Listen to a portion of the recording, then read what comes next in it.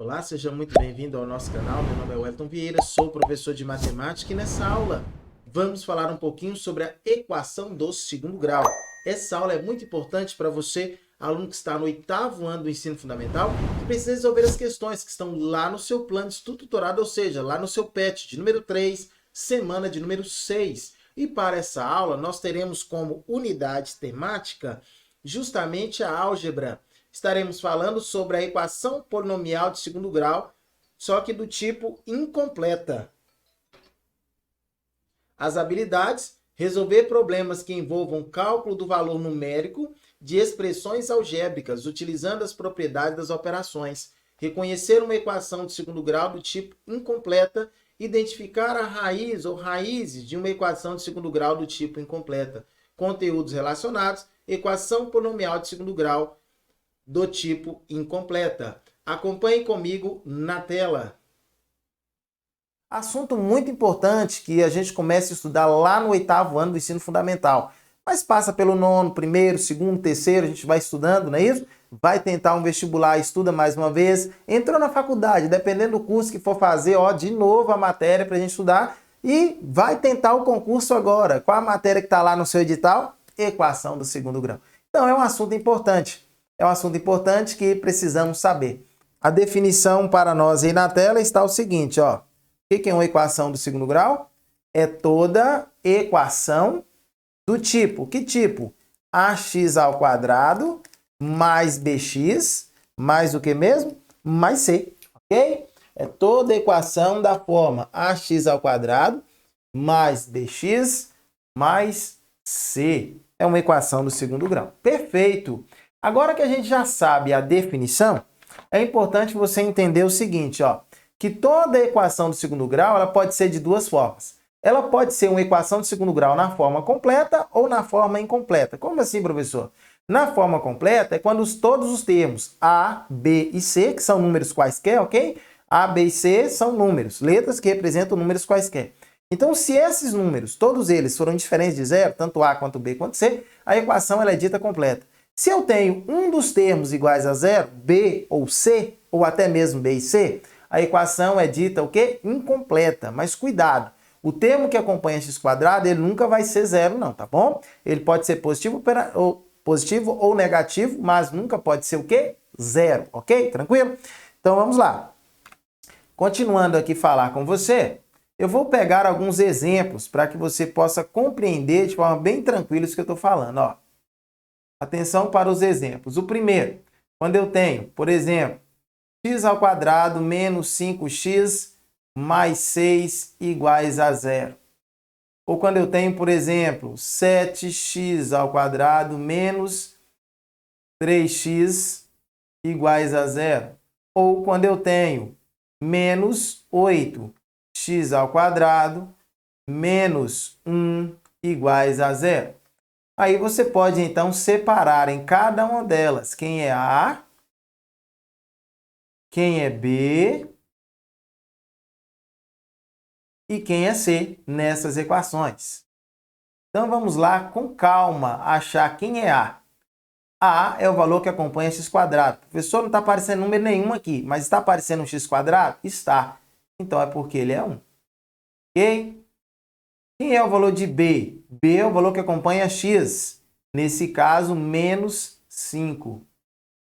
E quem é C? C é o valor que está sozinho. Nesse caso aqui é o número 6. Olha só a segunda que nós temos. Quem é A? A é o valor que acompanha x², nesse caso é 7. B é o valor que acompanha x, que é menos 3. E C é o valor que está sozinho. Nesse caso aqui não tem valor, professor, então é 0. Ok? Vamos lá. Agora aqui, ó. Quem é A? Menos 8. Quem é B? B, nesse caso, apareceu o x aqui? Não, não apareceu o x. Então, nesse caso, B é 0. Quem é C? C é o menos 1. Ponto importante é o que nós acabamos de fazer, é identificar os valores. Quando a gente faz a identificação, nós podemos perceber o seguinte, ó, que essa primeira equação aqui, ó, x² menos 5x mais 6, todos os valores são diferentes de zero. Então, nesse caso, a gente pode afirmar que essa é uma equação de segundo grau na forma completa. Agora, se eu pego a segunda e a terceira, perceba que na segunda eu tenho o termo C igual a zero, tá aqui, ó. E na terceira eu tenho o termo B igual a zero. Então, nesse caso, ambas são equações de segundo grau, só que na forma o quê? Incompleta. Ok? Simples assim, fácil assim, não tem segredo nenhum. Agora, quando dizemos raiz de uma equação, o que é isso? Raiz de uma equação, nos referimos ao resultado final de uma equação qualquer. Então, ao você ouvir a palavra, calcule a raiz da equação. O raiz é o seguinte, é o valor que torna aquela igualdade verdadeira. Ok? Então, por exemplo, se eu escrevo, ó, x ao quadrado menos 25 iguais a zero. X ao quadrado menos 25 igual a zero. Primeiro ponto importante, quem é A? A é 1. Quem é B? B é 0.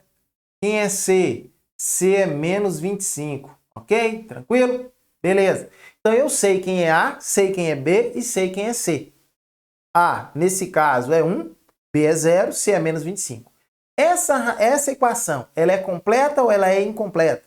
Professor, ela é incompleta, porque o termo B é igual a zero. Perfeito, muito bem.